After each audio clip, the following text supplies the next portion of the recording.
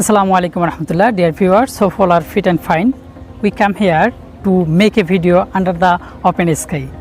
So today we are going to learn about a new spoken structure.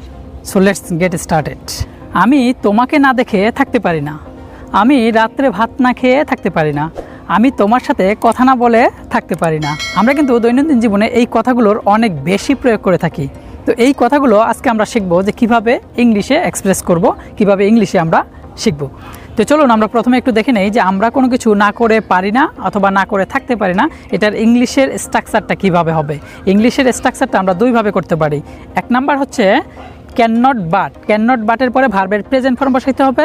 আরেকটা হচ্ছে can not help, can not হেল্পের পরে ভার্বের সাথে আইএনজি বসাইতে হবে।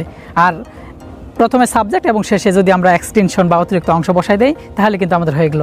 আমরা যদি বলি যে আমি ভাত না খেয়ে পারি না, আমি ভাত না খেয়ে পারি না, তাহলে আমরা কি বলবো? সাবজেক্ট কি? আই। তাহলে আমরা একটা উদাহরণ দেখি যে আইয়ের পরে কি করব? ক্যান নট বাট অথবা can not help. I can not but, কি না খেয়ে পারি না? ভাত না খেয়ে। তাহলে I can not but eat rice, আমি ভাত না খেয়ে পারি না। I can not but eat rice, আমি ভাত না খেয়ে পারি না।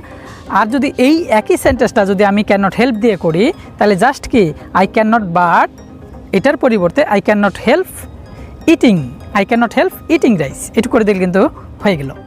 আমি তোমার সাথে কথা না বলে থাকতে পারি না, তাহলে এটা আমরা কীভাবে করব? I can not but talk to you, I can not but talk to you. ঠিক এইটাই যদি আমরা ক্যান নট হেল্প দিয়ে করি তাহলে কী হবে? I can not but talking to you, I can not but talking to you. আমি তোমাকে না দেখে থাকতে পারি না, তাহলে আমি কি বলবো? I can not but see you, I can not but see you. আমি রাতে ভাত না খেয়ে থাকতে পারি না, তাহলে আমি কি বলবো? I can not but eat rice at night, I can not but eat rice at night. আমি রাতে ভাত না খেয়ে থাকতে পারি না। এবার বলুন তো যে আমি না হেসে থাকতে পারি না, কি বলবো? আই ক্যান নট বাট লাফ।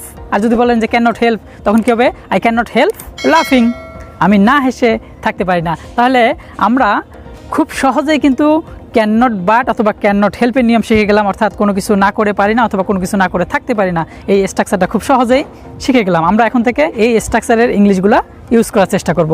এইবার আপনারা কতটুকু বুঝলেন? আপনারা যদি বুঝে থাকেন তাহলে আপনাদের নিজের মতো একটা সেন্টেন্স এই স্ট্রাকচারের মধ্যে পড়ে, এরকম একটা সেন্টেন্স ভিডিওর নিচে অবশ্যই কমেন্ট করে জানাবেন।